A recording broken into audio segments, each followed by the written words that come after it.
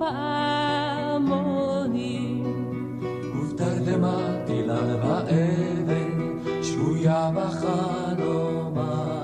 Mientras vamos apagando los celulares, acuérdense de sacarlos, apagarlos. Mientras los apagamos, quiero darles la bienvenida al simposio número 27 de verano de los amigos de la Universidad Hebrea de Jerusalén, y bajo el espíritu de las celebraciones que nos acompañarán durante todo el año que recién iniciamos. Como ustedes ven, estamos a 90 años de la inauguración de la Universidad Hebrea de Jerusalén, la primera en Israel y antes de la creación del Estado, y por otro lado también a 100 años de la famosa teoría de la relatividad de Albert Einstein, uno de los fundadores prestigiosos, entre otros, de la universidad. Brasileros, uruguayos y argentinos, además, celebraremos también 90 años de la visita histórica de Einstein a nuestros países. Exactamente, el 1 de abril de 1925, mientras en el Monte Scopus se inauguraba la universidad, Einstein estaba en Buenos Aires en ese momento, dando su conferencia y explicando por qué había que crear una universidad antes inclusive de la creación de un Estado, preparar las bases intelectuales, académicas. Todo esto va a pasar durante todo el año.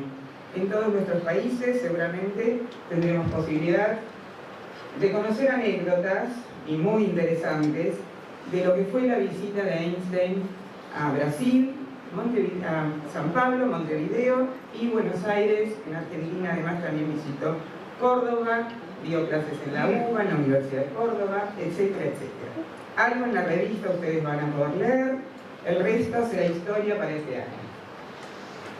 Ahora sí vamos a formalmente dar inicio a la conferencia y lo va a hacer Gabriel, el presidente de los amigos uruguayos, Gabriel Leyva,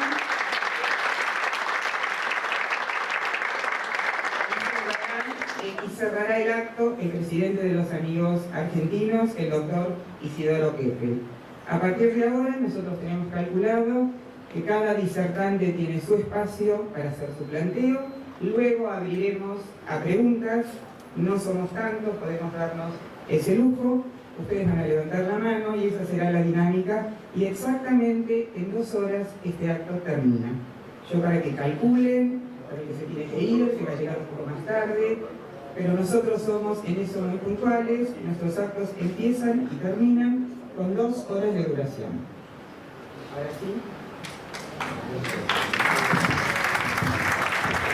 Gracias, Jaime.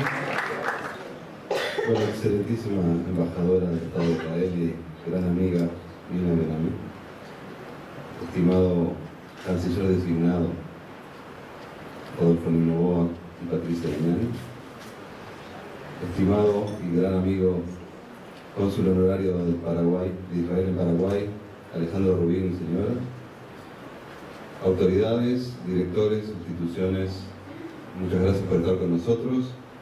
Este año lo hacemos un poco más íntimo, de la multitudinaria conferencia en el otro hotel.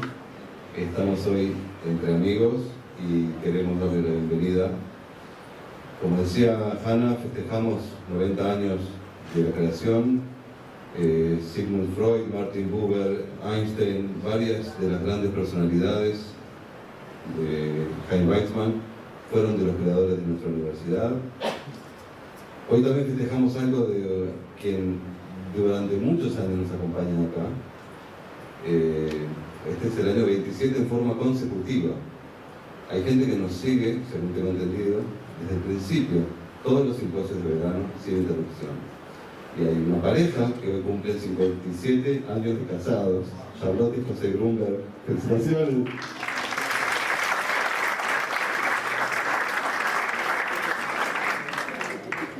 Bueno, en este ambiente festivo quiero contarles que la Universidad Hebrea de Jerusalén, por intermedio de los amigos uruguayos y argentinos, hacemos actividades como esta de Punta del Este y en Montevideo varias veces al año.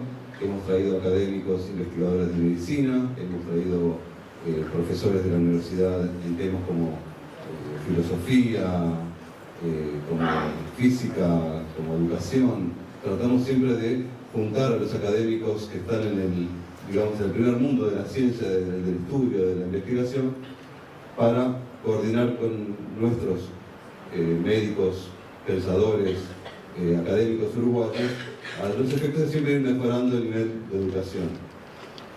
Incluso estamos pensando para este año traer un número 1 en educación de Israel para contactar acá con las autoridades, etcétera, como hicimos cuando trajimos al profesor Bergman del tema del Parkinson, que nos juntamos en el Instituto de Neurología con todos los médicos de allí de las clínicas, y se llevó a cabo una dinámica muy linda. La idea es esa, seguir siempre progresando, que la educación no pare. Gracias por estar acá con nosotros. Hoy tenemos el gusto de tener dos personas que nos representan, los argentinos y los uruguayos, que ellos los presentarán más adelante. Tenemos el gusto de tener con nosotros al vicepresidente de la Universidad Hebrea de Jerusalén para las Relaciones Exteriores, el profesor Ronnie Friedman. Un gran aplauso para él. Lo acompaña nuestro director de la Universidad Hebrea de Jerusalén para América Latina, España, Portugal, yo le digo las Islas Azores también, es nuestro querido doctor Pablo Kiselstein. Invito a Ronnie, invito a Pablo al estrado, así puede Ronnie dar unas palabras y Pablo les va a traducir. Y luego Pablo también hablar. Adelante.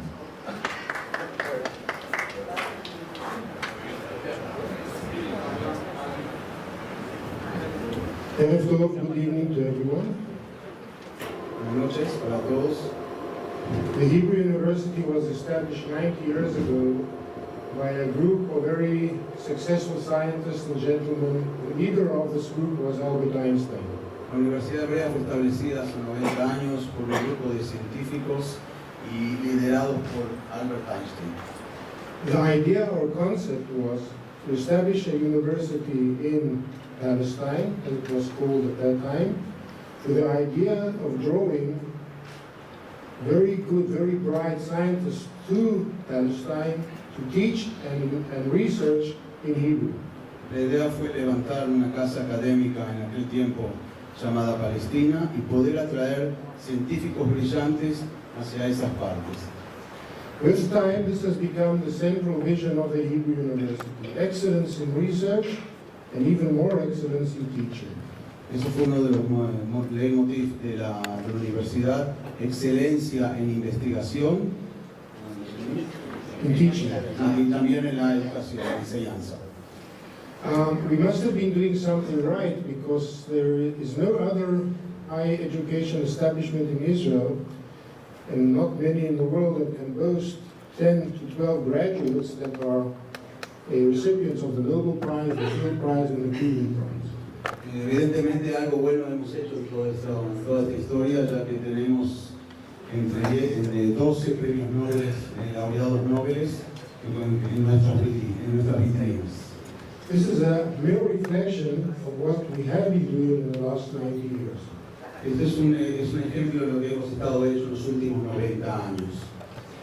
As my students often tell me, the past is past, but we must look for the future too. Los estudiantes a él le dicen el pasado es el pasado, pero The students tell me that we must look to the future too. también hay que mirar hacia el futuro.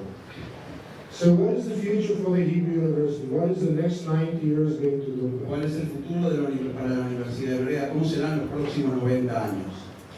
So I'm not a prophet, but I can hope for one thing, that it will not be any less good and even better. Okay, so what does one need in order to make this come true? To make the next 90 years be similar in research and quality of teaching to the 90 years that we have now just experienced. Again? What must we do to make the next 90 years be as good as the last 90? ¿Qué es lo que tenemos que hacer para que en los próximos 90 años sean buenos como los últimos? Okay, so the secret is the people. El secreto es la gente. If we manage to continue recruiting young scientists to the Hebrew University, Si podemos incorporar jóvenes científicos a la Universidad Hebrea, it will be of high quality just as the scientists were in the last 90 years. de gran calidad como los últimos que tuvimos en los últimos 90 años. That's the secret. The secret is the people. Ese es el secreto de la gente. So if we do that, you'll be having opportunity to hear one of our young bright scientists later on this evening. He will be, I say, just a reflection, a single case of what we hope to be in all our recruitment in the future. Esta noche vamos a tener un ejemplo de uno de los grandes científicos que les va a estar exponiendo a ustedes, y justamente quisimos traer la prueba del material humano en lo que nosotros invertimos. I have put you under the spotlight, haven't I? Lo pusimos un poco en presión ahora. Okay, so we are celebrating 90 years this year. We're celebrating 100 years for the theory of relativity. Celebramos 90 años de la fundación de la universidad y 100 años de la teoría de la relatividad este año. All these occasions and ceremonies will take place in our next Board of Governors, end of May, beginning of June 2015. Esto va a ser celebrado en nuestra próxima Junta de Gobernadores entre el 29 de mayo y el 3 de junio. And I have another hope, and that is to see you all there at the Board of Governors. Y espera verlos próximamente en Jerusalén en la próxima Junta de Gobernadores. Thank you for hosting me here. I have been honored to be invited here. I hope to be back. I like this place. It has been only good to me. And I will finish by saying again, thank you for listening.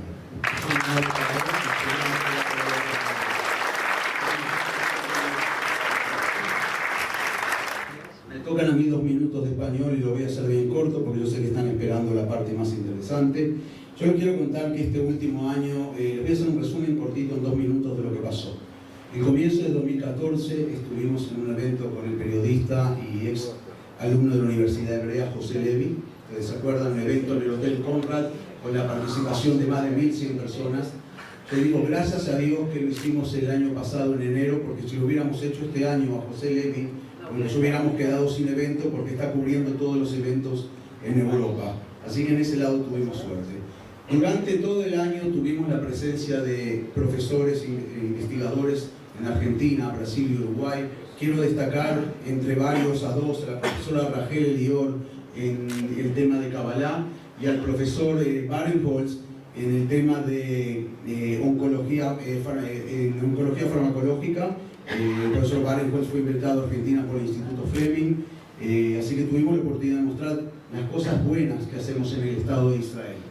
Luego también me gustaría decir que creamos, fue un logro realmente, creamos un fondo de colaboración científico argentino-israelí, se llama el Fondo Kovalivker, gracias a la ayuda de un gran amigo nuestro, Eduardo Kovalivker, y el objetivo de ese fondo es poner 2 científicos, uno del lado de Israel y otro del lado de Argentina. En el caso de Israel, este año se eligió al profesor Amir Amedi, un experto en temas de visión, un profesor que está creando un nuevo bastón digital para cambiar la forma de los no videntes.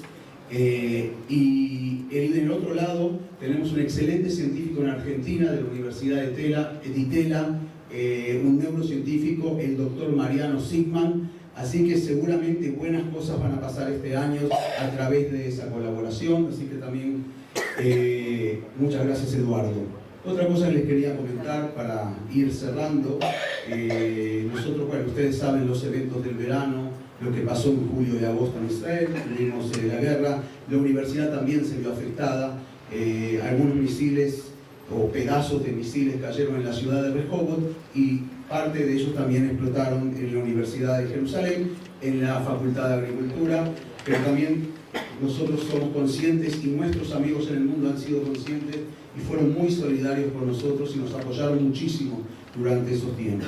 Y como una disonancia, y lo que les quiero mostrar lo que es Israel, en el mes de agosto, una de las empresas más exitosas justamente durante la guerra, Mobileye, una empresa israelí muy exitosa, creada por un profesor de la Universidad Hebrea, el matemático Amnon Shashua. Esta empresa lo que creó dispositivos de asistencia a los conductores. Estamos creando autos automáticos, autos autónomos. Esta empresa, que da trabajo a 300 personas en el mundo, con oficinas en Israel, Japón y los Estados Unidos, entró en la bolsa de Nueva York con una valoración inicial de 890 millones de dólares. Hoy en día el valor de mercado de esta empresa hoy son 7.600 millones de dólares. Y lo que les quiero anunciar, que en el año 2017 se va a firmar un contrato con empresas automotrices para poner ya en la ruta, en las calles de Israel, el primer auto autónomo. O sea, ustedes se van a sentar, van a escribir, yo quiero ir del punto A al punto B y no tienen que manejar. Ese auto ya estuvo funcionando en Jerusalén hace 2 semanas, así que ese es el futuro que nos espera. Como ustedes ven, nosotros nos dedicamos a crear, a desarrollar para todo el mundo. Nosotros creamos impacto. El impacto es utilizado por todo el mundo, sin diferencia de religiones, raza y color. Nosotros no nos dedicamos a destruir, solo a crear y desarrollar. Muchas gracias.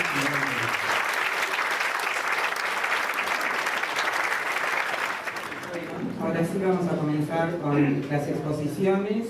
Voy a invitar a subir al embajador Emilio Cárdenas, doctor Cárdenas, ex embajador de la República Argentina ante Naciones Unidas.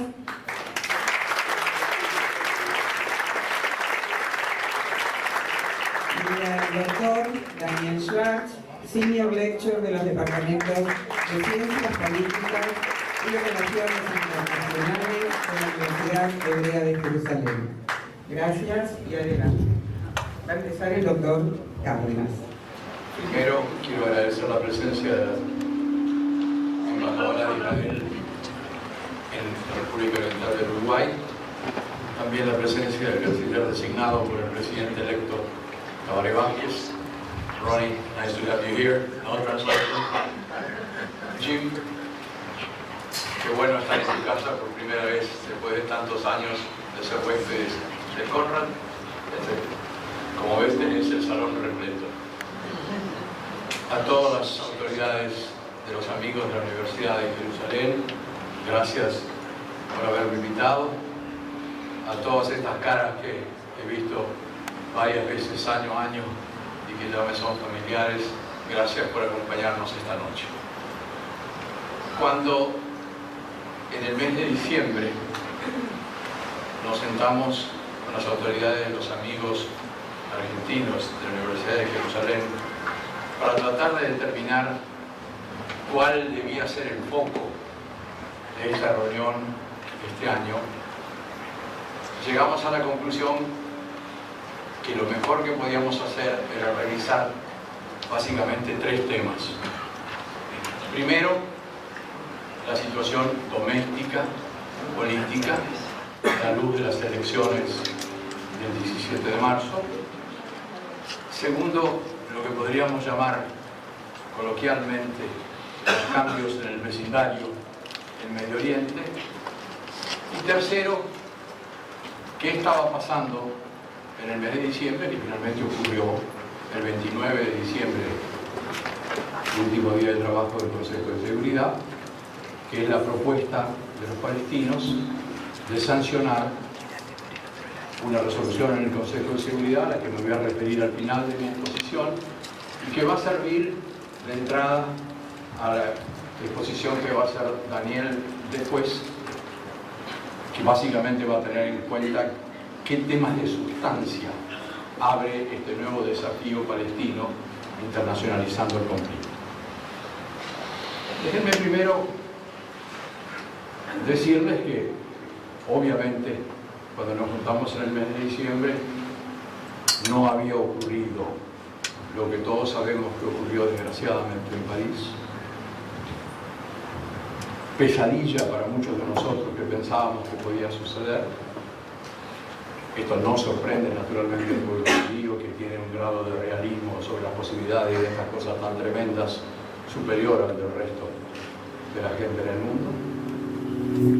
Y tampoco haya sucedido, y no me voy a referir en detalle a ese tema, lo que sucedió ayer en la República Argentina con esta denuncia contra las autoridades del Poder Ejecutivo. Mi sensación es que esto está ahora en el ámbito judicial, debiera seguir en el ámbito judicial. Desgraciadamente es un ámbito que Argentina arrastra desde hace demasiados años sin que haya sido efectivo, pero ahí es donde está y ahí es donde yo quisiera que se desarrollara. Vamos primero a la situación en el Estado de Israel, y esta sí que puede tener consecuencias políticas cuando uno analiza la situación política y lo que pasó en París. Yo tengo la sensación, todo esto es opinable, que cuando Netanyahu tomó la decisión de convocar a elecciones anticipadas en función de que su coalición multicolor de alguna manera se había desbocado, pensó, y no sin razones en ese momento, de que era altamente factible que él pudiera conseguir un nuevo mandato. Creo que es oportuno decir que Netanyahu, históricamente, con la única excepción de Ben Gurión, es el hombre que más tiempo ha estado como primer ministro en el Estado de Israel. De manera que se siente firme y con posibilidades en cada una de estas elecciones a las que ha convocado, acompañado con colores políticos diferentes cada vez. Tan pronto hizo ese anuncio, su ex colaboradora Tzipi Livni y el Partido Laborista hicieron una coalición de centro-izquierda con el propósito de disputarle la carrera política a la coalición que seguramente Netanyahu encabezaría.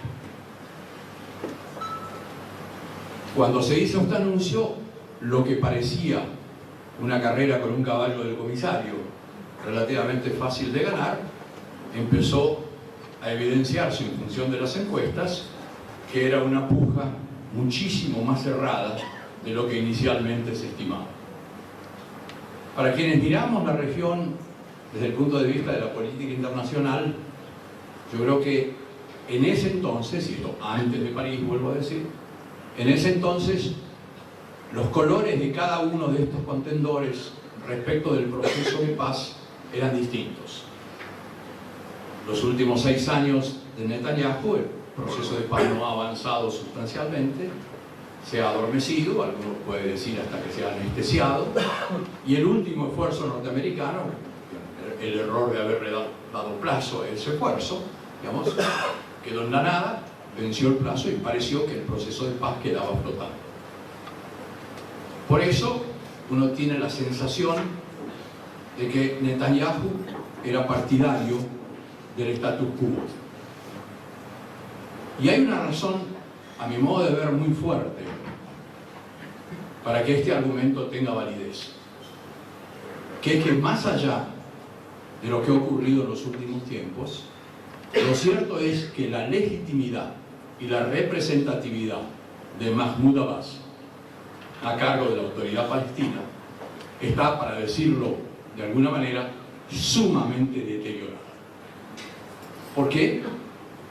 Primero, porque los acuerdos que alcanzó Fatah con Hamas de trabajar juntos en la zona de Gaza después de la guerra de Gaza no se concretaron en 2 elementos esenciales de esos acuerdos. El primero es en materia de seguridad. Fatah iba a pasar a controlar la seguridad, no ocurrió. Y segundo, en materia de acceso a la Franja de Gaza, sobre todo acceso a la Franja de Gaza desde los pasos egipcios, donde Fatah también iba a asumir la responsabilidad del control, cosa que tampoco ocurrió. Para quienes seguimos de cerca el conflicto, que Hamas y Fatah no tengan un acuerdo, casi diría yo, parece inevitable, porque Hamas tiene una posición que hace imposible los acuerdos, desde que para Hamas el Estado de Israel no debe existir. Si esa es su primera premisa, es difícil negociar una salida de los 2 estados, porque la contraparte en la mesa de negociaciones para usted no debe existir. Por eso no es demasiado sorpresivo que un acuerdo en el que creo yo, sinceramente, buena parte de la comunidad internacional creyó, en definitiva no prosperó. Y no solamente no prosperó, sino que en el mes de noviembre, dentro de la Franja de Gaza, aquellos dirigentes en Gaza, que son dirigentes de Fatah, recibieron atentados individuales en sus respectivos domicilios, algunos de los cuales quedaron destruidos, atentados perpetrados por los dirigentes de Hamas. Con lo cual, si Netanyahu dijo, ¿con quién me siento a negociar? ¿Y qué garantía o qué seguridad tengo yo de cualquier acuerdo que alcancemos entre en vigor y sea respetado? La respuesta es bastante poca. Hoy, digamos, frente a esta situación, es difícil decir estoy negociando con alguien que legítimamente representa al pueblo palestino. Representa una parte del pueblo palestino, pero hoy, creo yo, no representa a la mayoría, que es un pequeño obstáculo.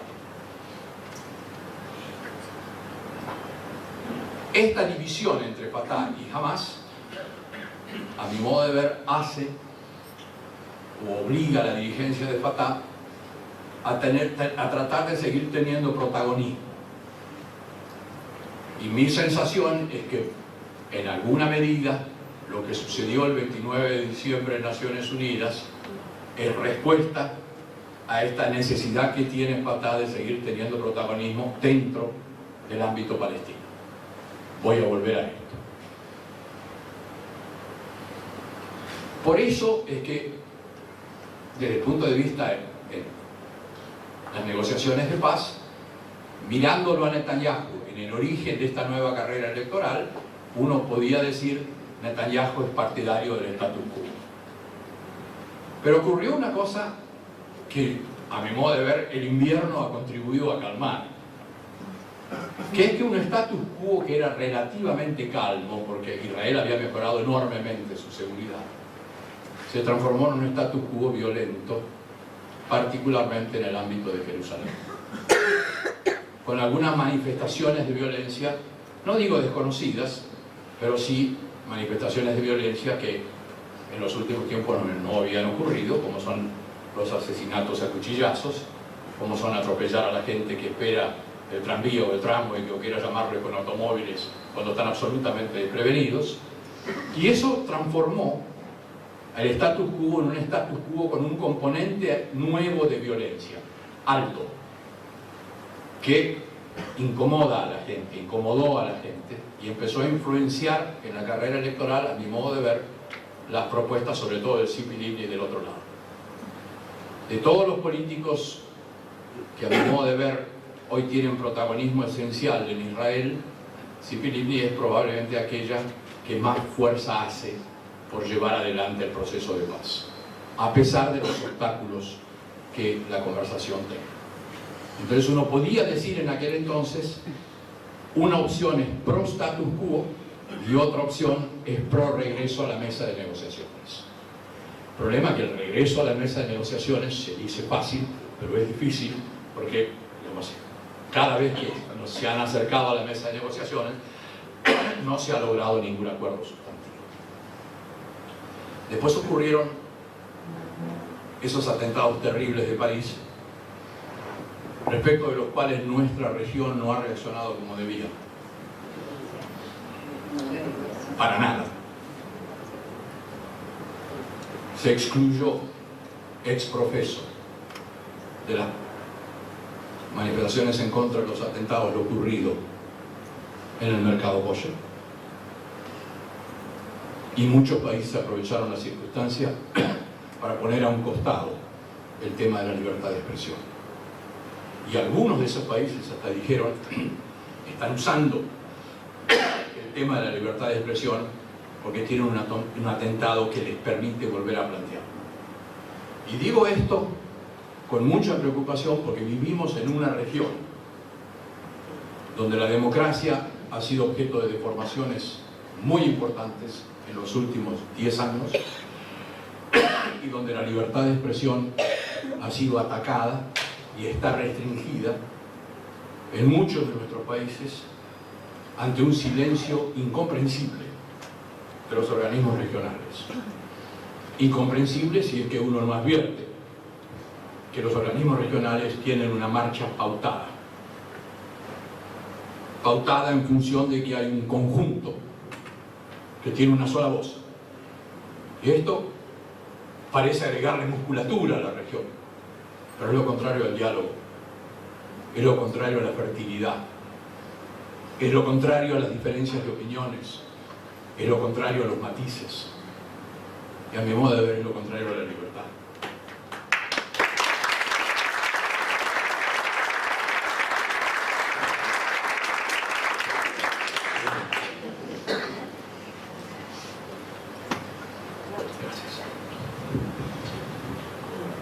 Por esto, mi comentario respecto del primer impacto en el proceso electoral de lo que ocurrió en París es que probablemente esto tienda a favorecer al hombre fuerte, al hombre que privilegia por sobre todas las cosas la primera garantía que tiene un Estado respecto de su gente, que es la obligación de proveer seguridad. Por esto creo que Netanyahu en una primera instancia políticamente está con viento a favor en función de lo que ocurrió en los atentados de París. Pero cuidado, quizás lo que pasó en París recién es el primer capítulo de una serie de capítulos que pueden complicarse ferozmente a lo largo y a lo ancho del mundo, no solamente en Europa. Déjenme pasar, después de eso, bueno, de aquí al 17 de marzo no hay mucho tiempo, pero hay tiempo y las distintas tensiones políticas van a responder a los acontecimientos, digamos, extramuros de Israel o a los acontecimientos que puedan eventualmente ocurrir en la propia Israel. Ya hay tensiones nuevas. Comentaba ayer que hace un par de días salió un artículo en el New York Times donde algunos judíos franceses, explicando por qué querían irse a Israel, decían con absoluta claridad: me siento más seguro en Israel con el domo de hierro que en las calles de París. Imaginen ustedes las calles de las pequeñas ciudades francesas. O sea, lo que ha ocurrido es muy traumático para mucha gente, y por traumático puede tener algunas consecuencias políticas. Pero repito, mi impresión preliminar, me equivoco como cualquiera, es que favorece a aquel que privilegia en el diálogo electoral el tema de la seguridad. El vecindario israelí en los últimos tiempos cambió enormemente. Cambió enormemente de forma de que los cambios ocurridos tienen un impacto sobre el proceso de paz. Quizás el cambio más fuerte y el cambio que se hace más visible después de los atentados de París es la aparición del llamado Estado Islámico. Estado Islámico que hoy ocupa, como ustedes saben, una parte de Siria y otra parte de Irak. Con lo cual, la integridad territorial siria y la integridad territorial iraquí están seriamente amenazadas. Y yo soy de los que son escépticos respecto de cualquiera sea la solución de este tema, Irak y Siria regresen a su integridad territorial anterior a este conflicto.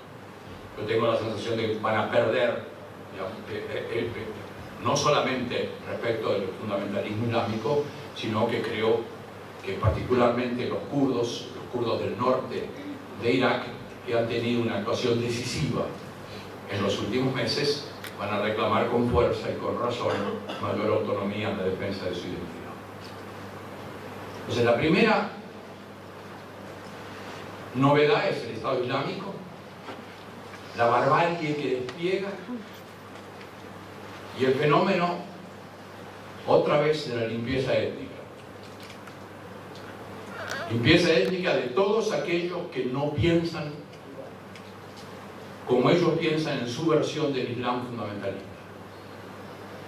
O sea, sus enemigos son los suníes distintos, los chiitas naturalmente, los yazidis por supuesto, los cristianos naturalmente, todos los que no son como ellos.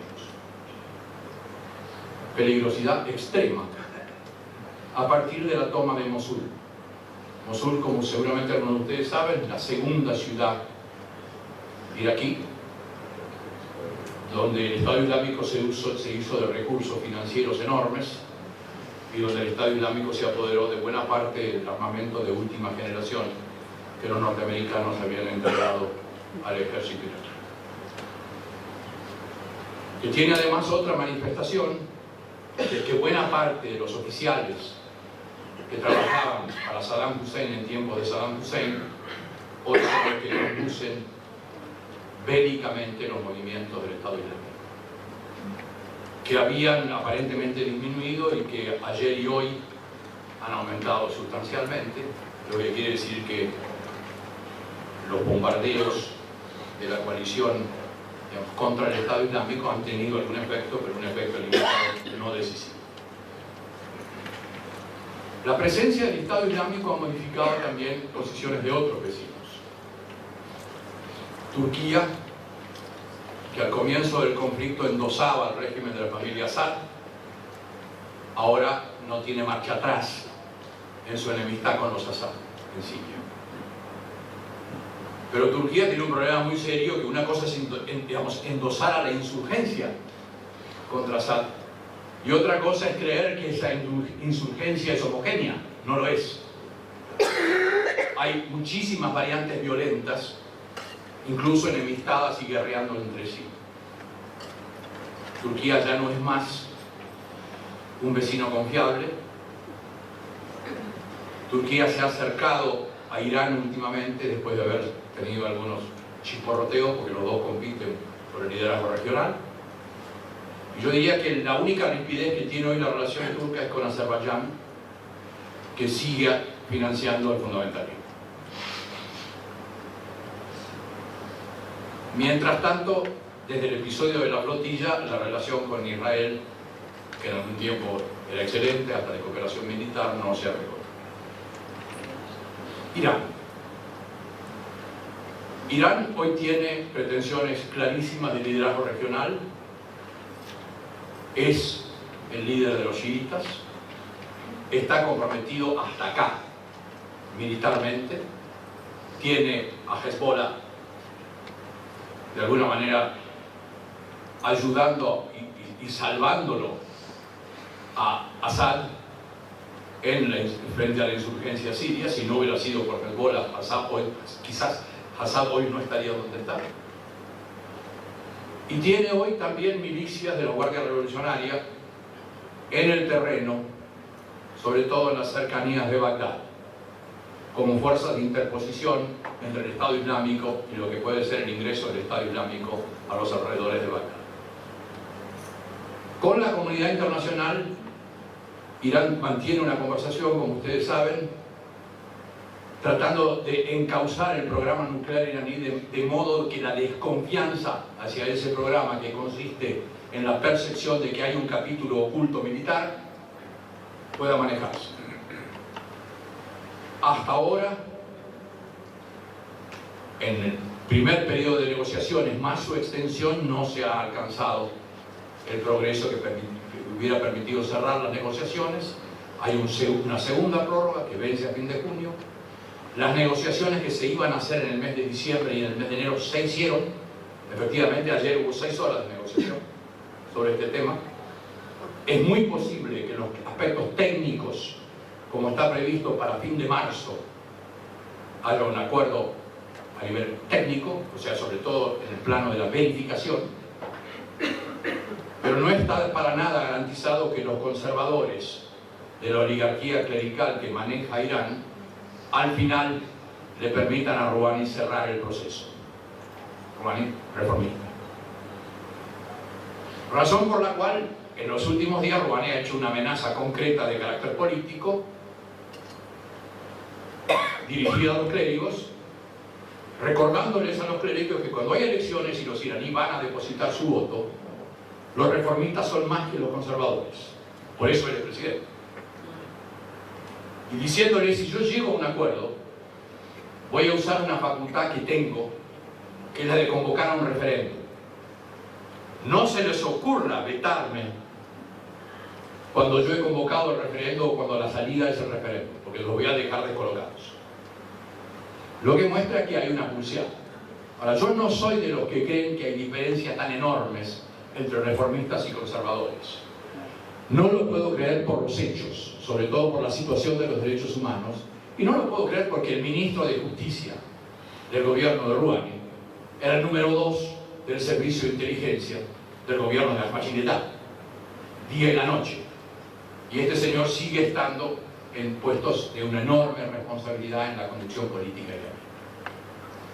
Irán tiene alguna cooperación indispensable, sobre todo en el tema de los bombardeos. Como ustedes saben, la cooperación se hace a través del gobierno iraquí, o sea, a través de las Fuerzas Armadas iraquíes, digamos, y esto es un paso adelante. Pero Irán sigue siendo, una aspiración de Irán sigue siendo la que lo motiva, que es el control de la región a la que pertenece. Egipto ha cambiado enormemente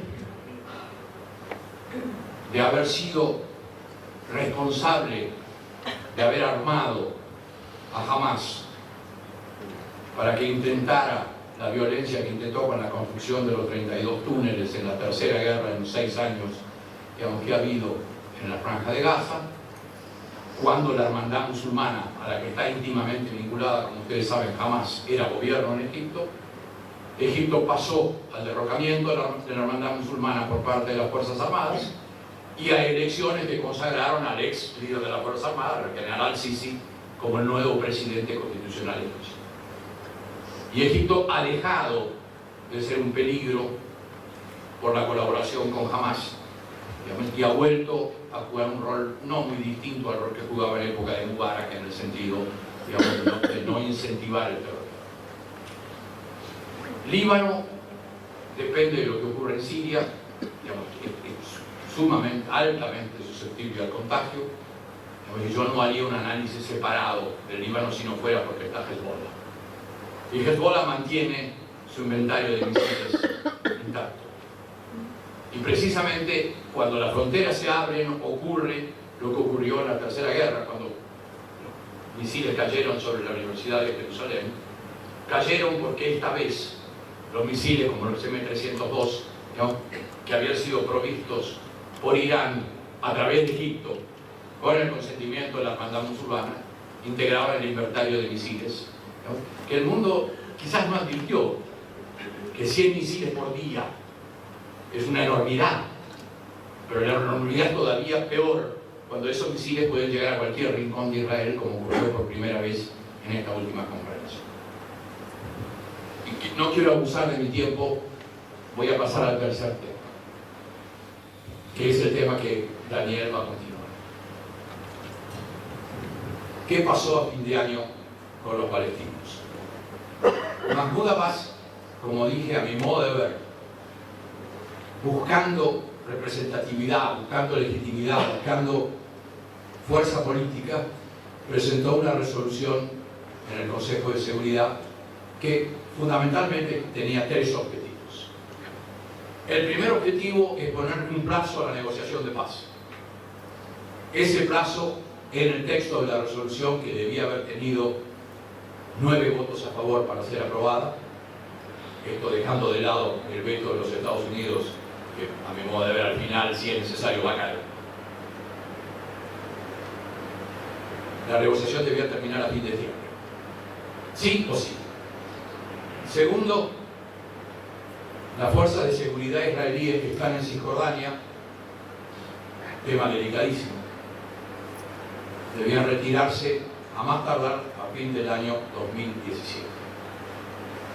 Y tercero, Jerusalén Este debía ser aceptada como la capital de Palestina. Silencio rotundo respecto del resto de Jerusalén. Para pasar esta resolución necesitaban 9 votos. No los tuvieron. Tuvieron solamente 8. Tuvieron 2 votos en contra, el voto de los Estados Unidos y el voto de Australia. Para no equivocarme, tuvieron 5 abstenciones. las 5 abstenciones incluyeron al Reino Unido, o sea, Europa dividida, Francia y Luxemburgo votando a favor de la resolución y el Reino Unido absteniéndose, Nigeria, Corea del Sur y Ruanda.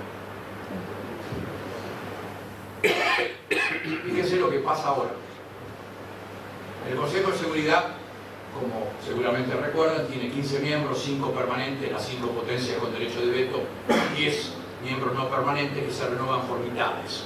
O sea, todos los años entran 5, todos los años salen 5. Pero antes de pasar a quienes entran, América Latina, en bloque, con países de concepciones tan distintas como Chile y Argentina, contra Israel, a favor de la resolución. Sin fisuras. Con lo que yo llamo el brete de la política exterior impuesta. Vamos a los cambios. Argentina salió. ¿Quién la reemplaza? Venezuela. En la delegación de Venezuela, la representante permanente alterno, la hija de Chávez. El representante permanente, probablemente uno de los hombres más lúcidos del bolivarianismo venezolano. El hombre que en algún momento dirigió PDVSA razonablemente bien en lugar de quebrarlo. Salió Australia. ¿Quién entró a reemplazar a Australia? Recuerden, Australia votó en contra. Australia con Estados Unidos. Entró Nueva Zelanda. Nueva Zelanda es mucho menos proclive a asumir posiciones, digamos, como la que asumió Australia el 29 de diciembre. A Luxemburgo, que salió, lo reemplazó España. A mi modo de ver, con una Europa dividida, Rajoy es susceptible de alguna presión, digamos, para no generar nuevos obstáculos al proceso de paz. A Corea del Sur lo reemplazó Malasia. Malasia es mucho más pro-árabe en su política que lo que era Corea del Sur. Y en África, que votó dividida, a Ruanda, país que por múltiples razones está muy cerca hoy de los Estados Unidos, lo reemplazó Angola. Y Angola, la Angola de Dos Santos es, yo diría, un poco cualquier cosa en materia de política, pero lo más probable es que Angola vote a favor de la resolución. Con lo cual, si es verdad lo que está diciendo Mahmoud Abbas, que es que este propio mismo mes de enero vuelven a presentar con pequeños cambios esa resolución puede ser aprobada. Y si es aprobada, tiene 2 efectos importantes. El primer efecto es que pone en funcionamiento la posibilidad de que Palestina pueda llevar a Israel al Tribunal Penal Internacional, internacionalizando el conflicto y haciéndolo muchísimo más complejo. Cuidado, es fácil decir, si van a la Corte Penal Internacional rápidamente tenemos problemas. No es así. Primero, la Corte Penal Internacional es un organismo subsidiario. Si las naciones tienen su sistema judicial operando en buena fe, no hay razón para que el tema vaya a la Corte Penal Internacional. Y esto está teniendo repercusiones políticas, digamos, en Israel, ¿no? Porque hay procesos que se han puesto en marcha. Y segundo, estos no son casos que se deciden en 6 meses, esos son casos que se debaten en años, donde hay opiniones disímiles sobre muchísimos temas, sobre los cuales Daniel le va a hablar, digamos, particularmente de sus perfiles que tienen que ver con la justicia y con la moral. Para darles un ejemplo, estas son las discusiones sobre la proporcionalidad de las reacciones. Si usted recibe 100 misiles por día, ¿puede bombardear al voleo el lugar de origen de esos 100 misiles?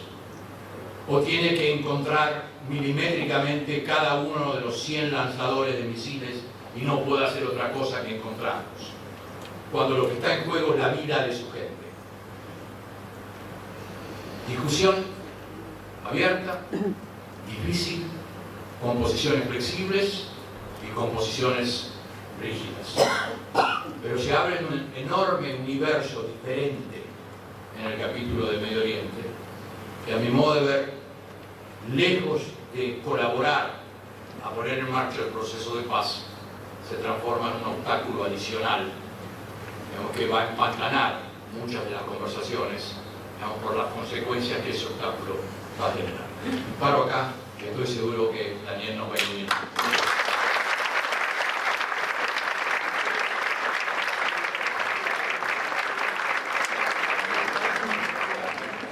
Bueno, muchas gracias, Emilio, por tu presentación, que me parece informada, estimulante, provocativa, y que da pie a algunas de las cosas que voy a decir. Pero primero querría decir que para mí es de verdad una gran satisfacción y alegría estar aquí con ustedes. Esta visita tiene un significado muy especial para mí, porque soy uruguayo, nací aquí, crecí aquí. Tengo muchas felices memorias de estar pescando en la playa de enfrente de niño. Y así que quiero agradecer a los amigos de la Universidad Hebrea en Argentina, a los amigos de la Universidad Hebrea de Uruguay, a Lim Yaya, por agasajarnos en este espléndido hotel, a todos los presentes y muy especialmente al canciller designado, Rodolfo Milaboa, embajadora de Israel, Nina Leonid. Y quisiera contarles que cuando se me contactó, primero, respecto a lo que dijo Ronnie en su introducción, lamento defraudarlo, yo no soy un científico, yo soy un cientista político, y en realidad ni siquiera soy un cientista político, soy más bien un filósofo político. Y cuando me contactó Pablo para venir aquí y hablar algo que tenga que ver con el Medio Oriente, naturalmente pensé que el área de conexión entre lo que yo hago y lo que sucede en conflicto entre israelíes y árabes pasa por el lado de la justicia de la guerra, pasa por el lado de analizar qué sucede cuando uno combate contra un enemigo que no actúa de modo convencional, un enemigo que utiliza tácticas reñidas con la ley y quizás también con la moral, y qué desafíos morales plantea eso a la hora en que uno tiene que defender a una población civil de un enemigo de ese tipo. Estas son preguntas no solamente legales, sino también preguntas de orden moral. Específicamente yo voy a dedicar la segunda parte de esta pequeña charla al tema de la utilización de escudos humanos, ¿verdad? ¿Qué sucede cuando mi enemigo se parapeta detrás de civiles, utiliza civiles inocentes como método de obstruir las balas que están destinadas a él? ¿Qué debo hacer?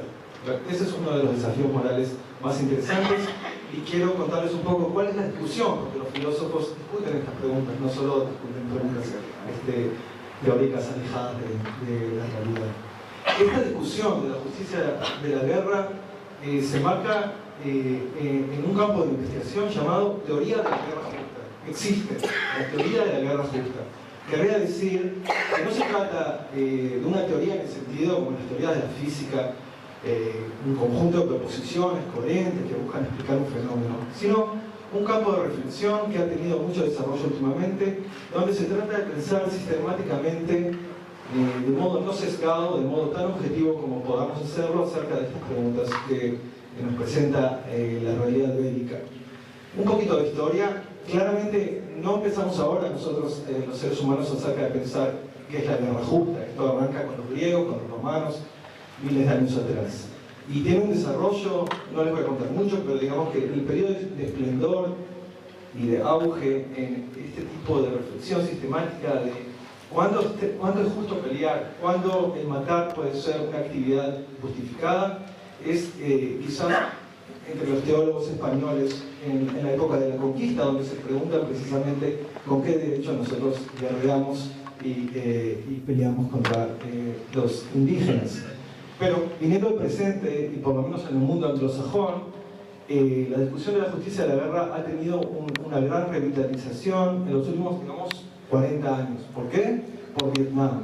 Después de la guerra de Vietnam, tenemos, unos años después, un gran libro muy importante de un filósofo y cientista político que se llama Michael Walzer, y él escribe un libro, Guerras Justas e Injustas. Michael Walzer recibió hace un año, junto a Barbara Streisand, pero eso es menos importante, el título Honoris Causa de la Universidad de Hebrea. Otra figura importante, tiro el nombre, por quizás alguien se interese, es Jeff Bachman, que es el adversario de Walzer. Bueno, entonces tenemos este campo que se llama la teoría de la guerra justa.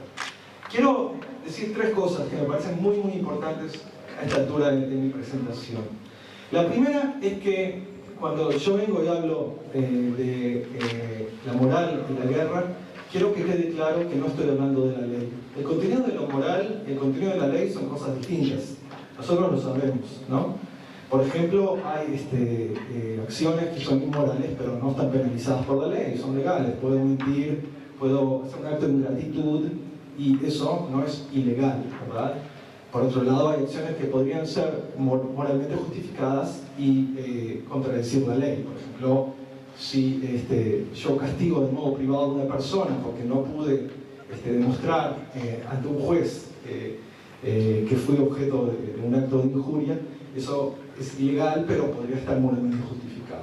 Cuando vamos al tema de la guerra, es importante tener presente que una cosa es los protocolos y las convenciones de La Haya, de Ginebra, todo ese cuerpo legal. Algunas de las cosas que están escritas allí las conocemos, no, qué armas se pueden usar, contra quién se puede disparar, contra quién no, qué trato merecen los prisioneros de guerra, etc. Pero no de eso voy a hablar.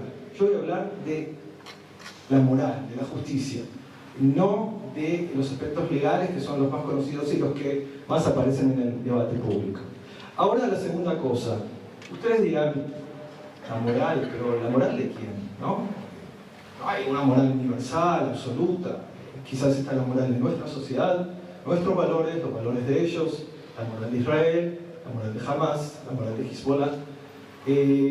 Y creo que sería desmedido pretender, tratar de refutar el relativismo moral con un par de oraciones. Lo que sí puedo decir es que, incluso si nosotros admitimos esa posición respetable de que los valores morales son cambiantes y dependen de las culturas, quizás podamos hablar de la moral del califato islámico, no lo sé, pero lo que es importante decir es que si aceptamos eso, no nos exime del deber de tratar de clarificar ante nosotros mismos qué es lo que nosotros pensamos que es moral, cuáles son nuestros valores y cómo esos valores deben informar nuestras prácticas militares. Estamos en un ejercicio que no es frente al otro, es frente a nosotros mismos. Es importante que clarifiquemos ante nosotros mismos, ante los combatientes que nos defienden y que son representantes de nuestra sociedad, qué es lo que nosotros pensamos que es justificado o no hacer en la guerra. De modo que, sin desprestigiar o legitimizar el relativismo moral, digo, eso no nos exime como agentes morales responsables y como ciudadanos pensar estas cuestiones de moral. La otra observación que creo que se le debe ocurrir en este momento a algunos de los presentes es que podrán pensar, pero vamos, en la guerra no hay moral, ¿verdad? La guerra es una realidad completamente distinta de la realidad de la vida civil cotidiana que nosotros vivimos. La guerra es el ámbito de la incertidumbre, del temor, la venganza, la sangre, no hay tiempo para pensar, la vida está bajo amenaza. Entonces, ¿cómo podemos hablar de la justicia de la guerra? La justicia existe en un ámbito y la guerra está exenta de justicia, ¿no? Y conocemos refranes, ¿no? En la guerra como en el amor, todo vale. Conocemos ese también. Hay otros menos conocidos, como cuando los sables hablan, los libros callan. Cuando truenan los cañones, no hay oídos para maratones. Creo que es más español que uruguayo. Pero esos refranes existen en todos los idiomas, ¿verdad? Y nuevamente, yo no vengo a decir esa posición, no puede ser sostenida, hay estrategas generales, filósofos, Thomas Hobbes, que precisamente argumentan que la justicia solo va a existir cuando estamos en un estado de paz, y que no tiene ningún sentido hablar de la justicia en la guerra. La guerra es un planeta diferente.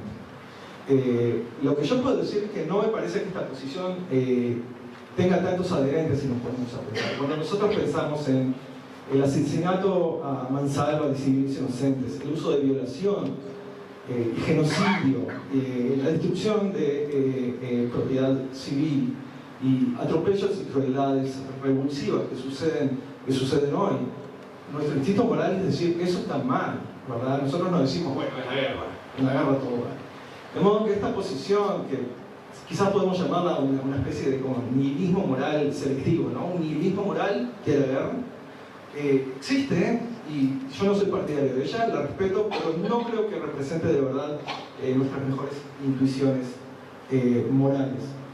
Ahora bien, yo voy a hablar de este tema de escudos humanos, como dije, y voy a dar algunos detalles de su relevancia en el contexto israelí y palestino. Pero primero quiero explicar una cosita. Cuando nosotros pensamos la justicia de la guerra, hay dos ángulos muy distintos que podemos adoptar. Un ángulo es pensar si la guerra como tal es justa, o sea, la justicia de emprender una guerra. Podemos decir, la guerra de Vietnam, el emprendimiento militar norteamericano en Vietnam fue injusto, ¿verdad? O justo, lo que ustedes piensen, pero estamos juzgando una decisión de líderes que mandan a los soldados a combatir. Otro ángulo distinto es la justicia de la conducta de los soldados una vez que la guerra está en curso. Entonces nosotros nos vamos a fijar en otras cosas. Respetan a los civiles, respetan la inmunidad de los civiles, respetan a soldados que se rinden, respetan las convenciones o otras cosas que tienen también un valor moral. O sea, nosotros ahí atendemos no la justicia de la guerra, sino la justicia en la guerra, la justicia de la conducta de los soldados. En latín, jus ad bellum, el derecho a guerrar, y jus in bello, el derecho en la guerra. Lo digo porque ahora voy a hablar solamente del derecho en la guerra, la justicia en la guerra, cuando hablamos de la utilización de esta táctica de utilizar escudos humanos. Abro un paréntesis. Hay gente que dice que no se pueden separar los dos tipos de justicia. Que cuando yo participo en una guerra que es injusta, todo lo que hago va a ser injusto, porque estoy promoviendo una causa que es injusta. La gente que sostiene esta tesis dice, bueno, imaginen un ladrón que entra a la casa de ustedes y dice, no, yo soy un ladrón que respeto las reglas del sindicato de ladrones, las convenciones de los ladrones, y yo no destruyo porque sí, no soy vándalo, no utilizo la violencia. Soy un ladrón justo porque la tengo a todas las normas de los mejores ladrones profesionales del mundo. El juez dirá, no, toda acción que promueve una causa injusta, en este ejemplo que doy, robar, es injusta. Usted no puede decir que su conducta ha sido intachable como ladrón. De modo que hay gente filósofos que sostienen que un soldado, digamos un soldado del ejército nazi, que pelea de modo limpio, respetando todas las convenciones, está actuando de modo injusto, porque está promoviendo de modo directo o indirecto el genocidio y la conquista. Pero cierro el paréntesis y sin entrar a ese tema, vamos a hablar un poco de la utilización de escudos humanos. En la práctica lo sabemos, tenemos que mirar el último conflicto entre Israel y Hamas en la Franja de Gaza para ver que Hamas sistemáticamente utilizó escudos humanos involuntarios, contra la voluntad o sin el consentimiento, en la mayor parte de los casos, de civiles palestinos. Hamas disparó desde jardines de casas habitadas, desde inmediaciones de mezquitas. Hamas almacenó municiones en escuelas de la ONU. Hamas utilizó hospitales como refugio para militantes y para realizar tareas de inteligencia desde los subsuelos de hospitales. Todo eso constituye utilizar escudos humanos porque pretendo disuadir al enemigo de atacarme, escudándome en personas que no necesariamente quieren correr ese riesgo. Eso, bueno, no traje las fotos, pero quien entre a internet va a ver las fotos de misiles siendo lanzados muy próximos a casas, donde hay niños, mujeres, hombres, etc. Alguien podrá preguntar, ¿acaso Israel en su historia, en alguna de sus batallas, también utilizó algo parecido a escudos humanos? Esa es una pregunta más difícil. Había un procedimiento hasta el año 2002 utilizado por el Ejército de Defensa de Israel llamado Noal Shahem, procedimiento vecino. Consistía en que cuando terroristas se atrincheran en una vivienda, están rodeados, alguna vez el Ejército de Israel utilizó a civiles palestinos como emisarios para informar a los atrincherados de que salieran, bajo el supuesto de que el palestino va a ser más reticente de matar a un palestino que matar a un soldado israelí y disminuir el riesgo para nuestros combatientes. Esa práctica fue prohibida por la Suprema Corte de Justicia en el año 2002. Podemos discutir si es parecido o no es parecido utilizar escudos humanos, cuáles son las diferencias, cuáles no son. Pero lo tiro también porque vale la pena mirar a los dos lados, no solo a los palestinos. Ahora bien, ¿cuál es la pregunta? La pregunta no es claramente si está bien utilizar o si puede ser permitido utilizar escudos humanos, ¿verdad? Primero es ilegal y segundo es moralmente condenable, ¿verdad? Casi nadie, solo conozco una persona, pero no voy ahora a hablar de ella, sostiene que podría ser permitido utilizar a alguno de los presidentes si alguien me ataca, agarrar a Pablo y ponerlo ante las balas del atacante, porque seguramente sin su consentimiento. Esa no es la pregunta. La pregunta es, ¿qué pasa cuando mi enemigo hace eso? Y aquí hay dos posiciones muy diferenciadas. Una posición es que cuando el enemigo utiliza esa táctica, amplifica mi espacio de acción moral. ¿Qué quiere decir esto? Para decirlo de modo más grosero y burdo, y perdonen, pero que puedo matar más civiles del otro lado de modo indirecto cuando esos civiles son escudos humanos que si no lo son. Nosotros hablamos de proporcionalidad, de esto habló también Emilio, ¿verdad? Entonces, imaginen un escenario concreto. Esto no es una cosa inventada. Supongamos que hay una célula de Hamas que está por enviar un misil. Yo soy un piloto israelí y yo sé que ese misil va a matar, digamos, a 2 civiles israelíes. Pero también sé que si tiro una bomba desde donde me atacan, para eliminar esa amenaza voy a matar a 30 civiles palestinos que están en las inmediaciones de donde se dispara el misil. ¿Es proporcional o no es proporcional? Supongamos, no es lo que yo quiero argumentar ahora, pero supongamos que no es proporcional matar a 30 para salvar a 2. Supongamos.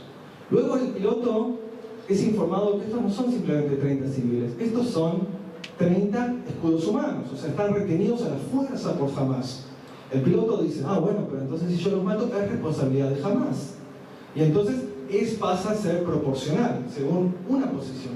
Sería proporcional porque el peso que asignamos a los civiles cuando son escudos humanos es menor. ¿Por qué? Porque la responsabilidad pasaría a recaer en la persona que utiliza a los escudos humanos.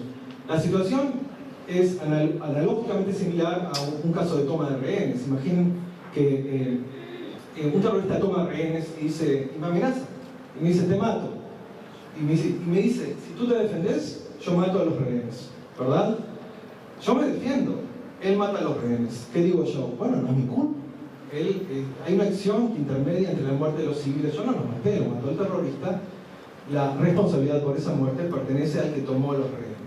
Entonces, una posición dice, los escudos humanos son como los rehenes, la responsabilidad recae sobre el que los utiliza y eso amplifica mi espacio de acción moral, ¿verdad? Y la otra posición filosófica dice, no, aquí no importa si son escudos humanos o no, son civiles inocentes, no hicieron nada que te ponga en peligro. Y no cambia nada, el dato de si son escudos humanos o no es absolutamente intrascendente. Si una acción bélica es desproporcionada, no va a convertirse en proporcionada por saber que estas personas son escudos humanos. Esas son las dos posiciones. ¿Cómo se fundamenta la segunda posición? ¿Por qué dicen que en realidad está mal pensarlo como un caso de toma de rehenes? Piensen un poquito el caso de la toma de rehenes. En el caso de la toma de rehenes, ¿qué sucede? Yo ataco al terrorista, el terrorista mata a los rehenes. Hay una acción que interviene, que no es mía, sino que es de otra persona. Sin embargo, en el caso de los escudos humanos, ¿qué sucede? Mi bomba va a matar tanto a los terroristas como a los escudos humanos. No hay una acción que intervenga en el medio. Por tanto, no puedo decir que mi responsabilidad, según esta posición, se diluye. No hay nada que diluya mi responsabilidad. Yo tengo total control de la situación. La vida de esos civiles depende únicamente de mí. Sí, son escudos humanos, pero que vivan o que mueran va a depender si yo tiro la bomba. Entonces, ese es el argumento de aquellos que piensan que es moralmente irrelevante si un civil es escudo humano o no, porque el caso no es asimilable a la situación, al escenario de la toma de rehenes. No tengo mucho tiempo, quiero decir solo 2 apreciaciones de por qué me parece que podemos atacar esa posición y decir que efectivamente cuando se usan escudos humanos, eso diluye la responsabilidad y la responsabilidad pasa a ser del que utiliza esos escudos humanos. ¿Por qué? Primero, hay una acción que interviene. Cuando yo, si utilizo, Emilio, no te lo tomes de modo personal, si te utilizo como escudo humano, yo te estoy reteniendo a la fuerza, hay una acción, ¿no? Yo no quiero que te vayas, yo te agarro de la mano para que Pablo no me mate a mí. Entonces, hay una acción que interviene, no es que no haya ninguna acción. Pero más allá de eso, la segunda cosa que me parece interesante pensarla es que, ¿qué es utilizar un escudo humano? Es un mecanismo para transferir la responsabilidad de la otra parte, para hacer al otro responsable de la muerte, ¿no? Yo digo, bueno, si ustedes matan a estos civiles palestinos, ustedes son responsables porque ustedes tienen total control de lo que sucede. Ahora bien,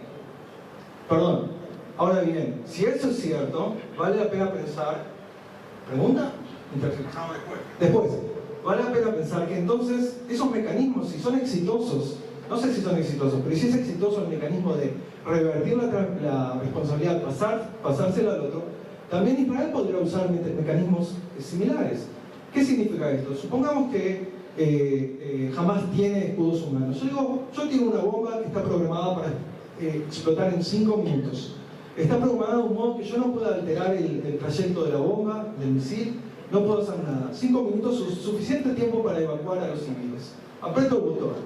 Ahora el control total de la situación pasa a estar del lado de Hamás.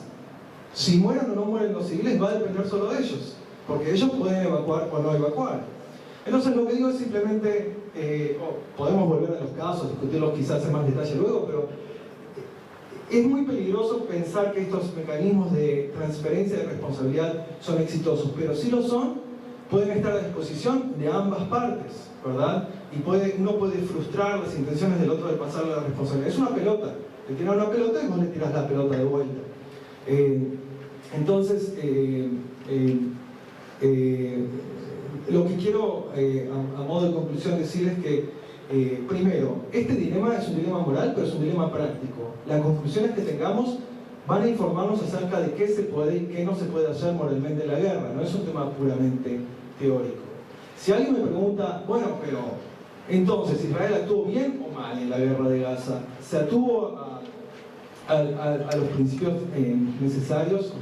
¿Asignó peso al tema de los escudos humanos? Bueno, no podemos hacer, como estamos hablando ahora de la conducta en la guerra, un juicio general. Toda acción debe ser analizada de modo específico. No se puede decir Israel actuó bien o mal. Hay que ver cada caso en que hubo utilización de escudos humanos y ver si esa acción fue proporcional o no. Mi idea era tratar no de generar una conclusión definitiva sobre el tema de escudos humanos, sino que comprendan cómo es el tipo de análisis que nosotros, los que hacemos filosofía política, realizamos respecto a esta cuestión y otras tantas cuestiones como, digamos, la tortura, el trato de prisioneros de guerra, cuestiones que tienen que ver con la inmunidad civil, cómo nosotros podemos pensar las cosas con un poquito más de cuidado, un poquito de paciencia y llegar a conclusiones y tener un debate fructífero. Y me parece que vale la pena pensar las cosas desde este punto de vista y estimular y seguir pensando y no decir, bueno, la guerra y la moral, ¿qué tendrá que ver? En la guerra pasan cosas, no podemos... No, bien merecen estas preguntas más tiempo del que le podemos dedicar ahora, pero tratar de pensar las cosas calmas, de modo calmo y sistemático para afinar nuestros juicios y poder opinar de un modo un poco más cauteloso cuando condenamos o aprobamos las conductas de soldados, en este caso los soldados de Israel. Muchas gracias.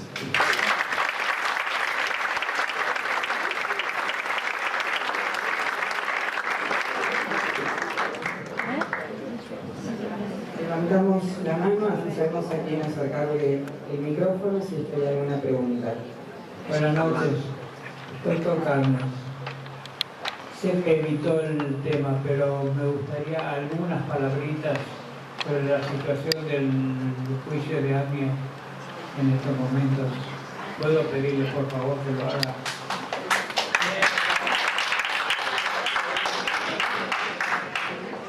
La situación del juicio hasta hoy, yo supongo que puedo decir que a todos los argentinos nos avergüenza. Ha pasado demasiado tiempo sin que se haya avanzado en ninguna dirección. Lo que ha sucedido ayer, yo lo que puedo tratar de explicar es la dirección en que aparentemente ahora puede moverse la causa. Ayer, en el receso del Poder Judicial, en el mes de enero, otorgándole una urgencia implícita, el fiscal especial que trabaja en el juicio, como ustedes recordarán, es un fiscal especial porque así lo dispuso Néstor Kirchner, tomó la decisión de hacer una presentación en la causa en virtud de la cual pide dos cosas. Pide la indagatoria de la Presidenta de la Nación, la indagatoria del Canciller, la indagatoria del líder del movimiento Quebracho, la indagatoria de uno de los líderes de la Cámpora, diputado nacional, que para poder ser indagado tiene que ser privado por sus pares de su fuero, y la indagatoria de un sujeto casi imposible de definir que se llama Luis de Liga.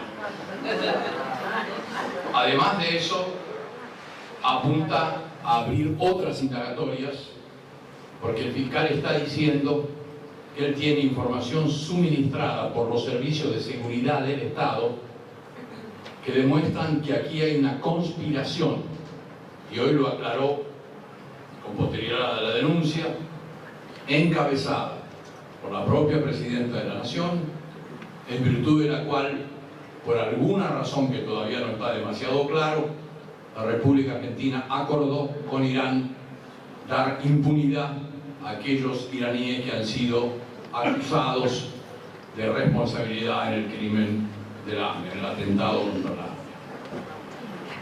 El fiscal hizo otra presentación hoy y le pidió a la jueza que tiene la causa durante el periodo de receso judicial que abriera el procedimiento durante el receso judicial.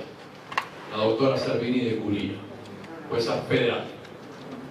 Y la jueza dijo no.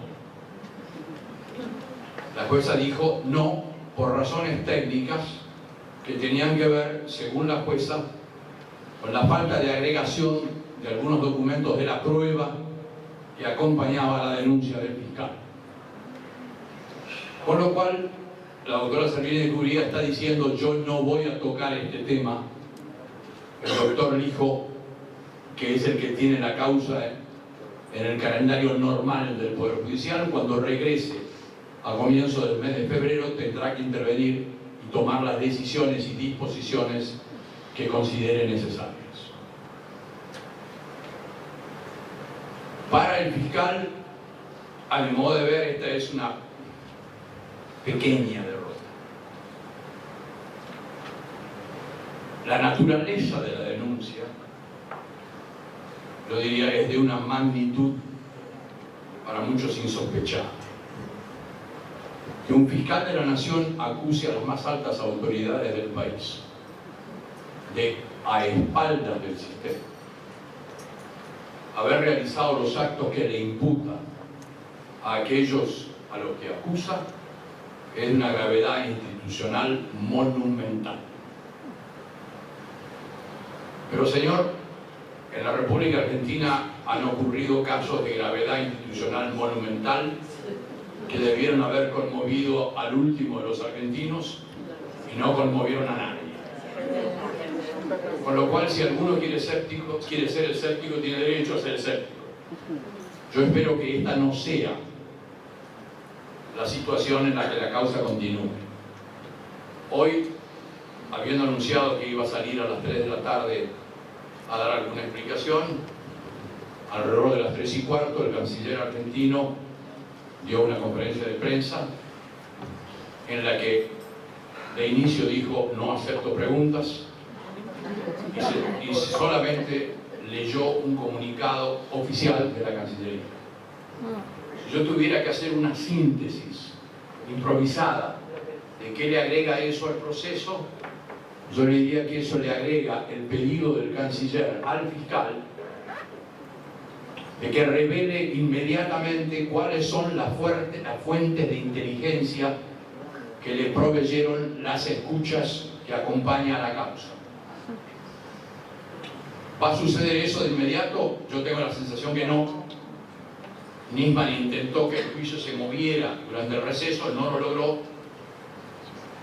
Si yo fuera Nisman, no saldría a contestar después del rechazo de la jueza pro tempore y esperaría a que el juez de la causa la conduzca como corresponde a partir de su reingreso al juzgado, después de sus vacaciones. Hay otro elemento perturbador, a fuerza de ser absolutamente sincero con las circunstancias que han ocurrido hasta este momento, que es que el juez de la causa, Canicoba Corral, digamos, está diciendo que él no autorizó escuchas, con lo cual está implícitamente sugiriendo que todas esas grabaciones entre conversaciones de funcionarios argentinos o allegados al gobierno argentino con intermediarios o funcionarios iraníes no tuvieron la autorización que el juez implícitamente dice debieron haber tenido.